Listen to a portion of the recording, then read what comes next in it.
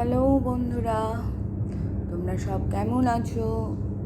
নিশ্চয় ভালো থেকো সবাই, এটাই ঈশ্বরের কাছে প্রার্থনা করি। তো তোমাদের খাওয়া দাওয়া কি হয়ে গেছে?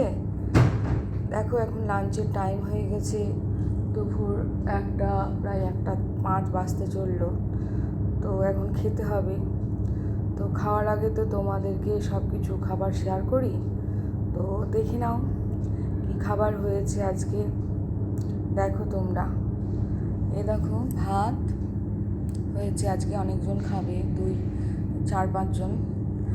আর এখানে রয়েছে ডাল, আর এখানে রয়েছে আলু ফুলকপি মটরশুঁটি দিয়ে একটা সবজি, আর এখানে রয়েছে মূলোতে পেঁপেতে ভাজা একসঙ্গে। ওটা হচ্ছে বেগুন ভাজা, এটা